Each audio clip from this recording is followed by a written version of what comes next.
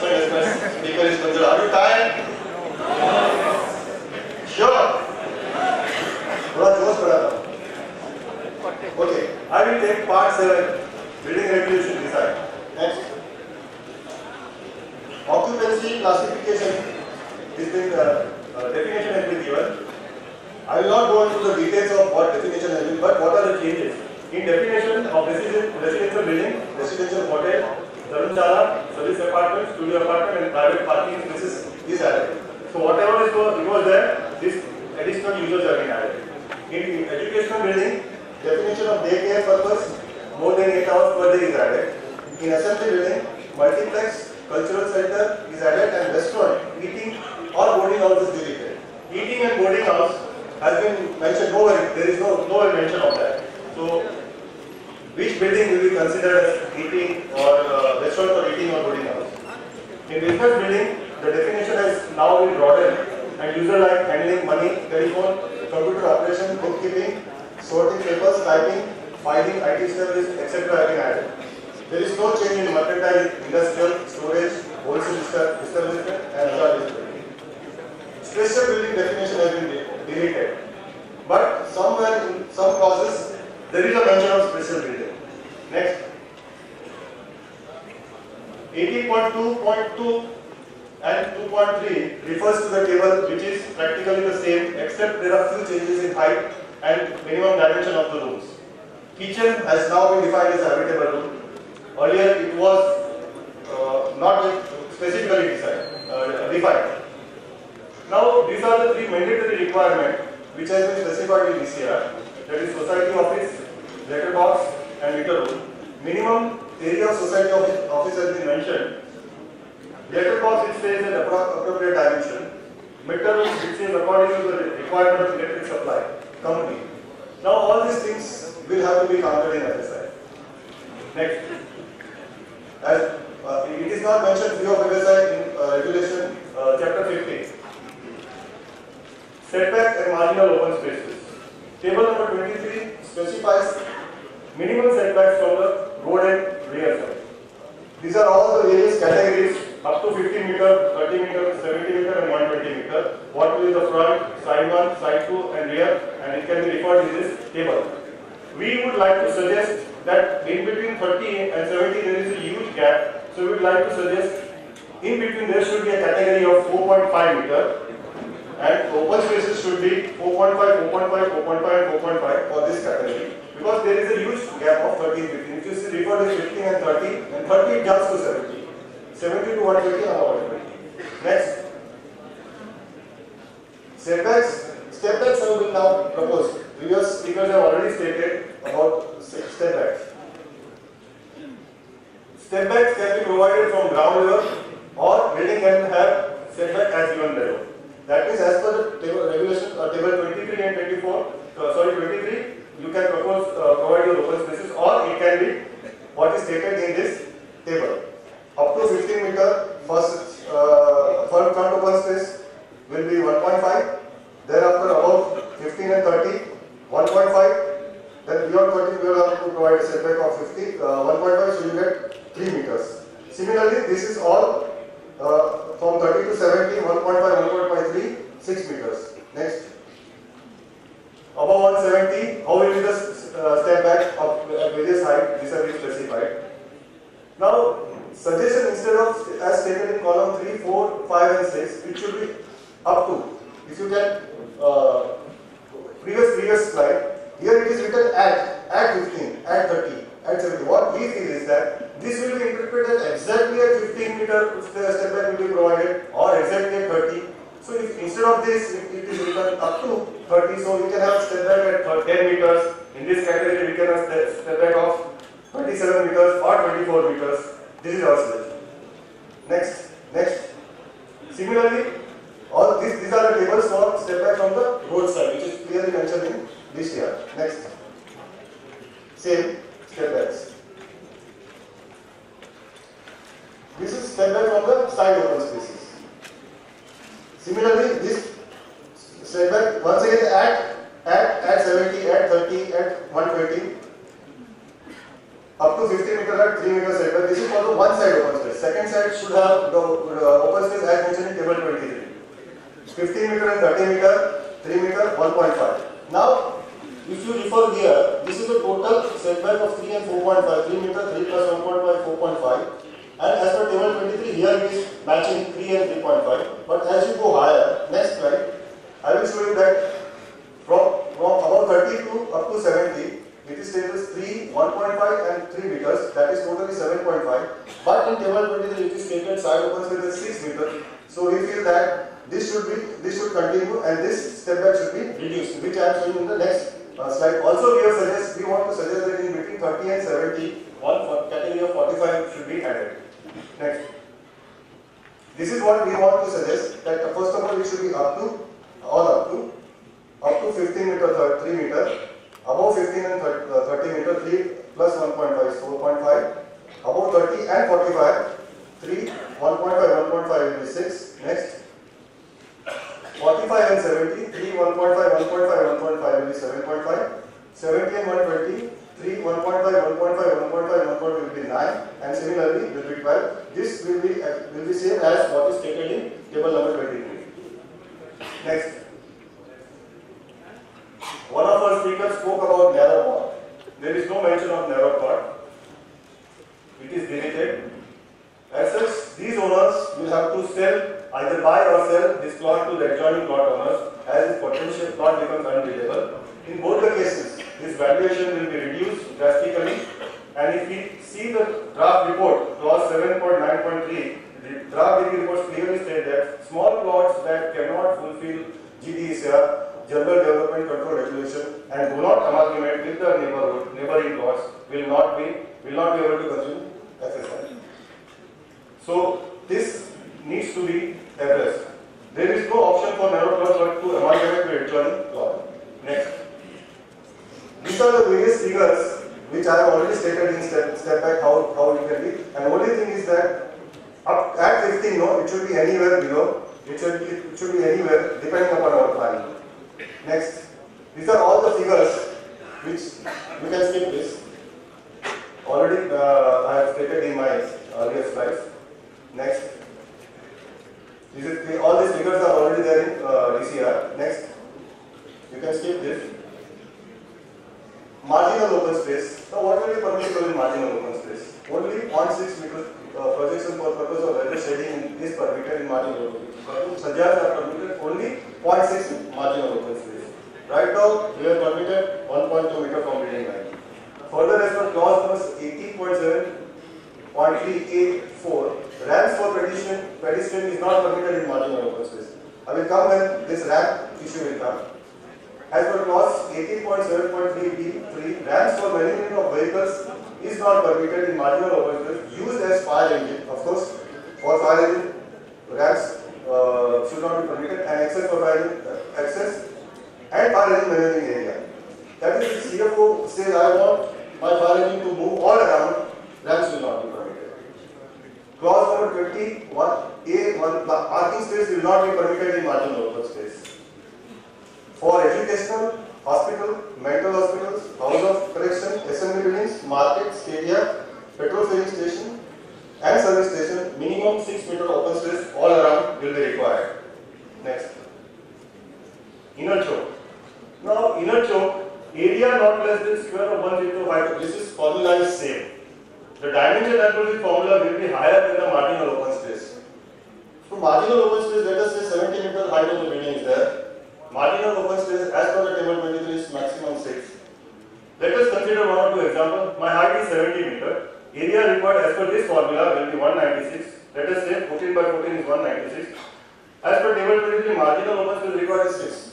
So for light and ventilation of staircase, toilets, if I am providing inner choke, then I will require more area than what is required for marginal open space.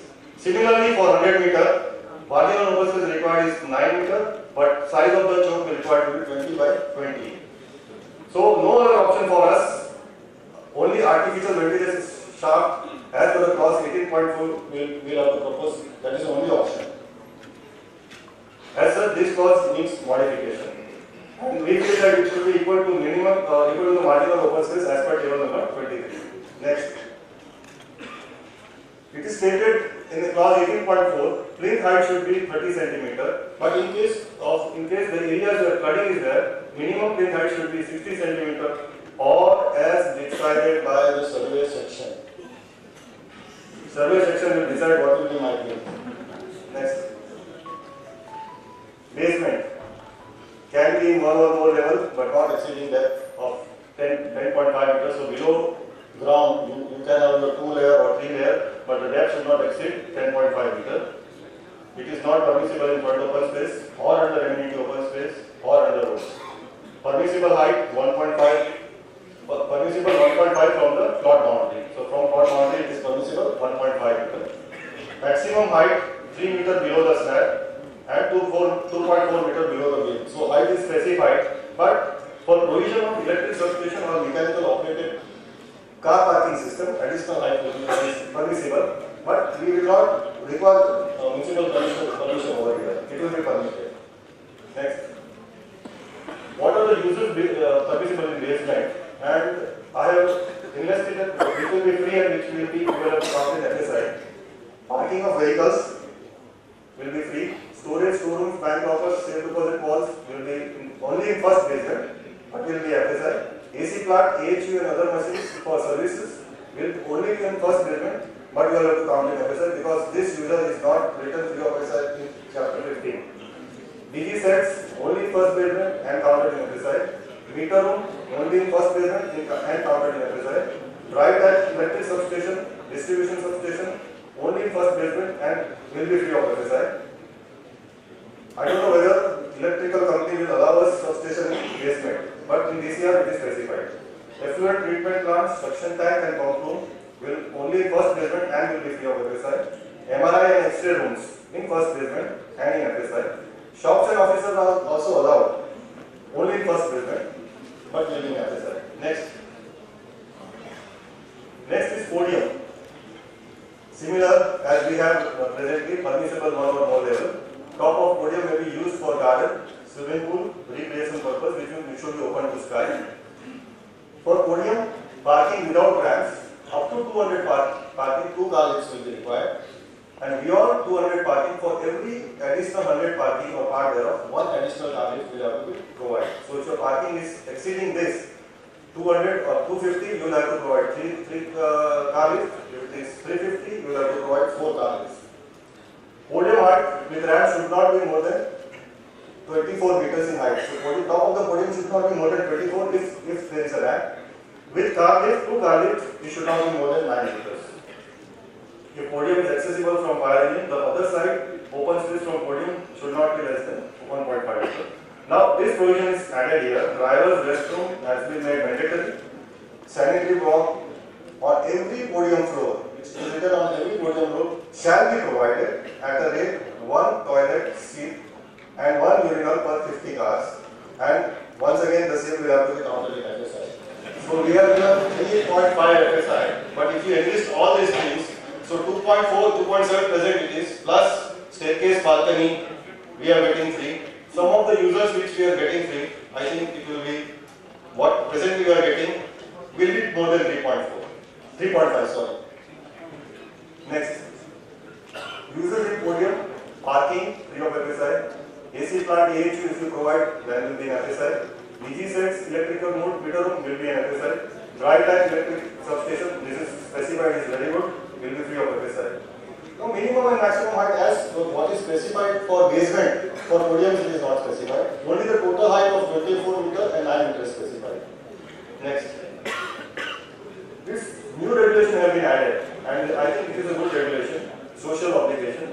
For institution, assembly, business, mercantile and industrial building, a crèche of minimum area of 40 square meter to be provided wherever the built-up area of this user is more than 2000 square meter. This is become a mandatory and will have to be counted in FSI. Next. Everybody will be worried, now everything will be in FSI. Staircase corridor, this table is same as which was earlier in 91. Next. This is also the same for other users, same table. I will not go into this detail. table is same as it was in our regulation, but here what is stated is residential building in general 1.2 for building height up to 70 meter and 1.5 building height more than 70 meters. So this is contradictory to this clause, which I think our speaker, one of the speaker, Shashi has said for fire protection, where it is stated that building height between 30 to 70 meters, staircase should be 1.5 meter. Next slide. And above 70, to enclose up to 2 meter. So these two clauses are contradicting. One clause says 1.2 and 1.5, and other clause says 1.5 and 1.2. Next. Now ramps have been specifically stated for pedestrian as well as for vehicular traffic. So ramps for pedestrian provision of staircase shall apply to ramps for pedestrian. So whatever is required for staircase shall be same shall be for the pedestrian ramp. Slope mentioned not more than 1:10. Shall not be provided required marginal superficies. As I stated, what will be provided, what can be provided and what cannot be provided in marginal open spaces. Even fire engine is not required, then also ramps of pedestrian is not permissible. This is what the regulation says. Actually, it should not be. For every 9 meter length, landing of 1.5 meter to be provided. This is good. Landing of minimum 1.5 meter to be provided for every entrance and exit of the ramp. That is at the entrance and the exit, 1.5 meter landing is required. And after every 9 meter, once again a landing of 1.5 meter for the pedestrian ramp is required. Ramps for parking, two-way ramp without divider. Now they have classified without divider and with divider. Without dividers, the width shall be 6.9. Presently, we were having 6 meters, so it has increased to 6.9, and if it is with dividers, it is 8.4 meters. One-way ramp, 4.2 meter wide, preferably at opposite end sides. Presently, I think it was 3.6 meter. So, whenever there is a curvature, the inside curve has also been specified. Then what should be the curve of inside curve for the ramp? Slope once again same, not more than 1:10. Not permitted in marginal open space, which is used as fire engine access or fire engine enabling area. Next. These are the sketches given in DCR, which is very, everyone can understand how the ramp, this is the radius, inside radius, this is the state, how curvature has to be designed. Next. One-way ramp, 4.2 meter width, this is one way, this is the radius in case of curvature. With divider, 4.2 and 4.2, there is in between divider, so 8.4, curvature is specified, 4.5, next. In case of U-turn, even this has been verified, 3.3, 3.6, inner and outer. There is no divider and there is a divider, it is 4.2 and 4.2, 4.5 meters. Next. Multi-layer ramp, this is two-way and this is one-way. Then what will be 4.2, 3.3, 3.6. Outside is two-way, so outside is one way, this is one way and this is opposite way. In that case 3.6, 4.3 and 4.2. So as far as ramps are concerned, everything is specified. Next. This is same multi-line ramp. Next. This is for the transition, how transition should be there. There should be 3.6 meter length when there is a transition. Next. Now coming to lift. Studio has stated that for rehab building, and Studio was right that for rehab building the lift will be very high for rehab buildings. What this regulation says, number, type and capacity should be as per part 8 section 5 para 6 of National Building Code. In addition to this, following provisions are applied. At least one lift shall be provided for height above 14 and two lifts above 24 meters. Thereafter, every 24 meters, one additional lift to be provided. That is, for if the building height is 70 meters, let us say example, 4 lifts will be required for height of 70 meters. So up to 24 meter two lifts, for every 24 meters, one additional lift. So there will be 4 lifts will be required. Further, for residential building, one lift for 20 dwelling units of all floors above 12 meters will be required. For commercial building, I know, one lift for every 1,000 square meter area of all floors above 12 meters.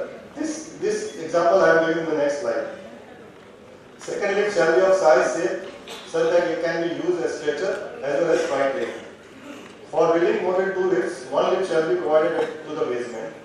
Minimum capacity is also specified that minimum capacity should be 6%. For building users steel for parking and upper floors for habitable floors, if the height from top of steel to terrace is not exceeding 22.5 meter, second lift not to be used. This is a good provision for previously we were talking about 3 and 7 buildings. Next. Now the example which I was telling, residential building height is let us say steel for 20 floors with 6 flats in each floor. This is normal nowadays 6 flats per floor. Number of floors about 12 meter, approximately let us say 3 meter per floor, right? So 4 floors will be deducted, so 17 floors will be above 12 meters. Number of flats will be 17 into 6 flats per floor is 102. Lift required will be 102 divided by 20 dwelling units per lift, 5.1, so 6 lifts will be required. So per flat, 1 lift. This will be a huge number. Actually, it should be some person, we need to modify this depending upon the number of person. It is also stated minimum lining of 1.5 by 1.5 should be provided at every entry and exit point of lift. So, if staircase is enclosed, then you have to provide 1.5 lift. Or beyond the lift, you have to provide 1.5 meter passage. Next, open to sky features specified as part terrace, pocket terraces, rubber tee, habitable room will be counted in FSI except for step back, which has been said in earlier provision, and including step back due to railway buffer. Top floors and diffuse area not to be counted in FSI. Except this, rest everything will be counted in FSI. Part terrace due to planning for shops, offices at lower level will have to be counted in FSI. Porch and canopy is specified permissible in front open space, only front open space. There is no restriction in size, 5.5 meter or no restriction. There is no restriction in size. And open space from road shall be 1.5 meter. But as regards to provision in side and rear open spaces, if you want canopy or porch in side and rear open space, there is no mention in DCR. Next. In CR zone, no compound wall permitted along the street. There will be no compound wall along the street in CR zone. Suppose residential users are proposed, then what will happen? What will happen to security of that? Next. This is typical detail for front open space in case of CR zone. Here, gate is shown over here, gate is shown over here, and this is a 3 meter distance so that vehicle can come here and there is no back of here. That is the main principle of this. Next.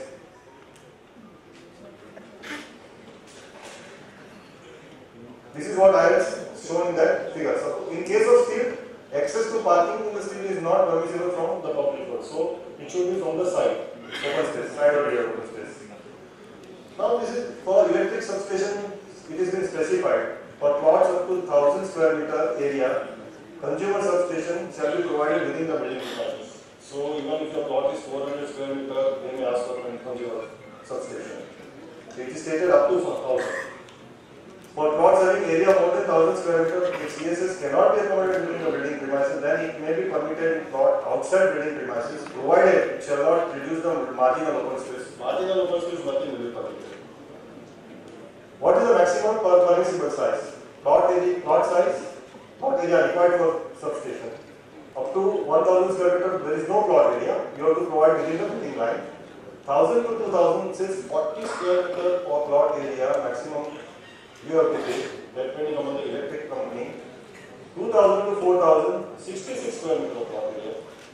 Previous speaker Manoj Desing has said that 10% if the plot area is more than 2000, 10% plot you have to give. Another this 66 up to 66 square meter you have to give. Above 44,000 square meter as per serial number 2. This is serial number 1. Next, in serial number 2, distribution substation and receiving station has been specified.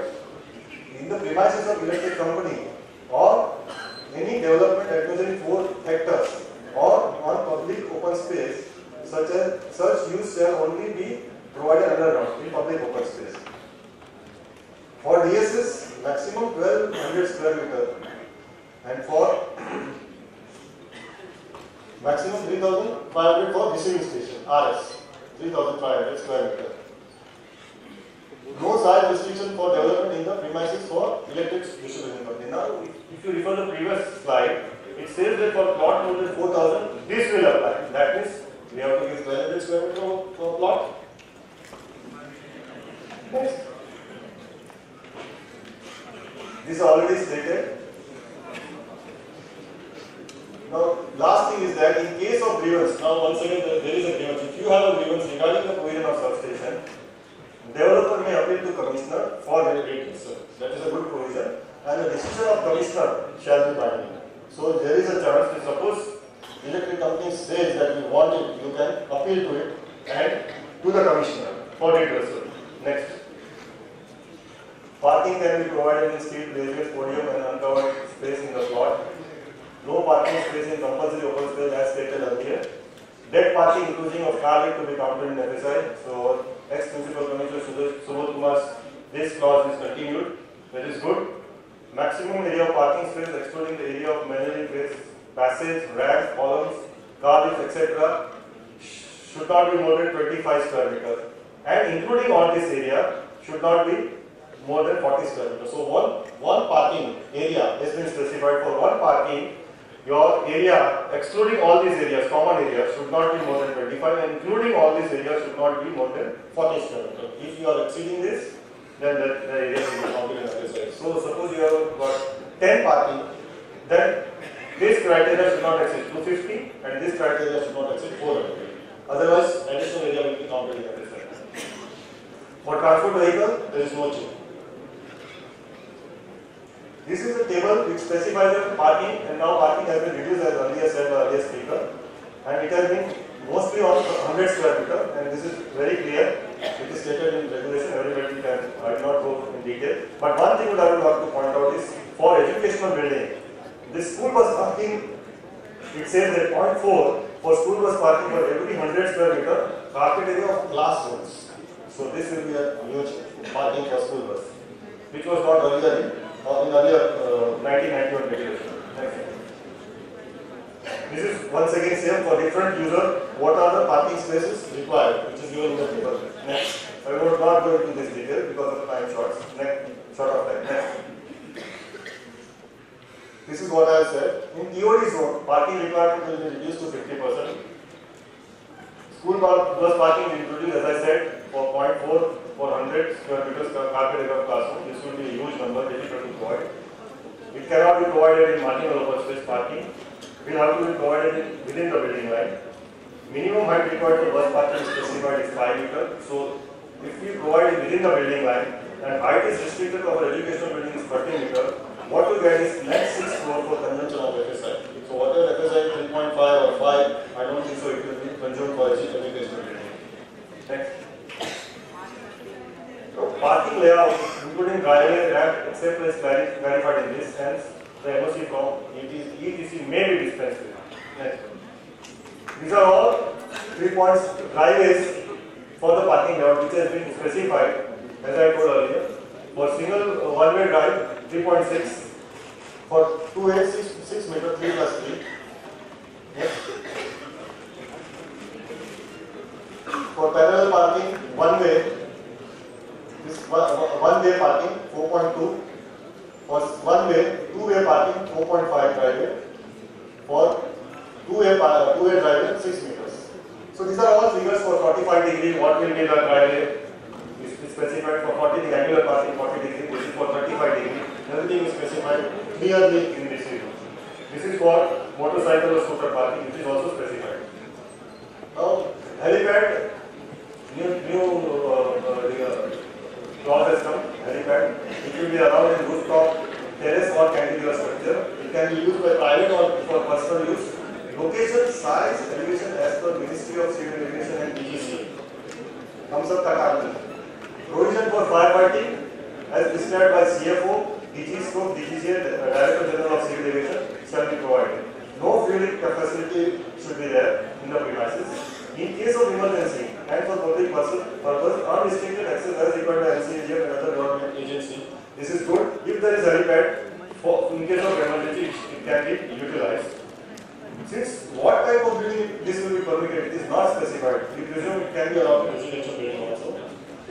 Next.